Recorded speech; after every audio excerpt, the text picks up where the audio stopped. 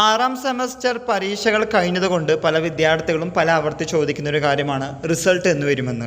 കാരണം ഫർദർ സ്റ്റഡീസിനോ ജോലിക്കോ മറ്റോ പോകണമെങ്കിൽ ഡിഗ്രി എന്ന പ്രോഗ്രാമിൻ്റെ സർട്ടിഫിക്കറ്റ് നിർബന്ധമാണല്ലോ. ഇവിടെ കൊടുത്തിരിക്കുന്ന പോസ്റ്റർ കഴിഞ്ഞ കൊല്ലം കാലിക്കറ്റ് യൂണിവേഴ്സിറ്റി ആറാം സെമസ്റ്റർ പരീക്ഷകളുടെ റിസൾട്ട് പബ്ലിഷ് ചെയ്ത ഒരു പോസ്റ്ററാണ്. ഇതിൽ പറഞ്ഞിരിക്കുന്നത് കാലിക്കറ്റ് ബിരുദഫലം പ്രഖ്യാപിച്ചു, പരീക്ഷ കഴിഞ്ഞ് 23 ദിവസത്തിനകം. എന്നാൽ 2025 ആറാം സെമസ്റ്റർ പരീക്ഷകൾ കഴിഞ്ഞത് ഏപ്രിൽ മാസം 10-ാം തീയതിയാണ്. വാല്യുവേഷൻ തുടങ്ങുന്നതോ ഏപ്രിൽ മാസം 28-ാം തീയതി. അങ്ങനെയെങ്കിൽ കഴിഞ്ഞ കൊല്ലം റെക്കോർഡ് വേഗത്തിൽ പ്രഖ്യാപിച്ച റിസൾട്ട് ഇക്കൊല്ലം പ്രാപ്യമാകുമോ എന്ന് ചോദിക്കുകയാണെങ്കിൽ ഇല്ല എന്ന് തന്നെ പറയേണ്ടി വരും.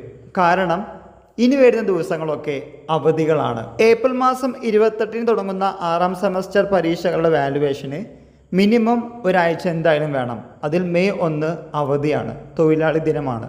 അപ്പോൾ തന്നെ നമുക്ക് 4 ദിവസമേ ഒരാഴ്ച അല്ലെങ്കിൽ 5 ദിവസമേ ആ ആഴ്ചയിൽ കിട്ടുന്നുള്ളൂ. മെയ് 4-ന് കാലിക്കറ്റ് യൂണിവേഴ്സിറ്റി പ്രഖ്യാപിക്കുകയാണെങ്കിൽ അന്ന് 24-ാമത്തെ ദിവസമാണ് പരീക്ഷ കഴിഞ്ഞിട്ടുള്ളത്.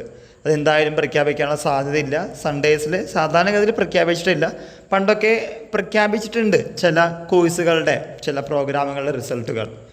ഇനിയുള്ളത് മെയ് 5-ഉം മെയ് 6-ഉം. അങ്ങനെയെങ്കിൽ കഴിഞ്ഞ വട്ടത്തെ റെക്കോർഡ് വേഗത്തിൽ റിസൾട്ട് പ്രഖ്യാപിക്കാനുള്ള ആ റെക്കോർഡ് അവിടെ തന്നെ ഭദ്രമായിട്ടിരിക്കും. എന്നിരുന്നാലും നമ്മുടെ അസംഷൻ അനുസരിച്ച് മെയ് 6-ാം തീയതി റിസൾട്ട് പബ്ലിഷ് ചെയ്യുകയാണെങ്കിൽ പരീക്ഷ കഴിഞ്ഞ് 26 ദിവസത്തിനകം കാലിക്കറ്റ് യൂണിവേഴ്സിറ്റി റിസൾട്ട് പ്രഖ്യാപിച്ചു എന്ന് പറയാൻ സാധിക്കും. അത് യൂണിവേഴ്സിറ്റിയെ സംബന്ധിച്ച് ചെറിയൊരു കാര്യമല്ല.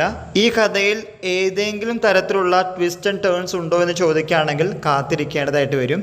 Anyway, we have to be waited until May 6, our 6th semester exam result. കാത്തിരിക്കാം. മെയ് 6-ാം തീയതി തൃശ്ശൂർ പൂരത്തിനന്ന്, അതായത് പരീക്ഷ കഴിഞ്ഞ് 26 ദിവസത്തിനകം നമ്മുടെ റിസൾട്ടിനായി. എല്ലാവർക്കും ഒരിക്കൽ കൂടി നന്ദി, നമസ്കാരം.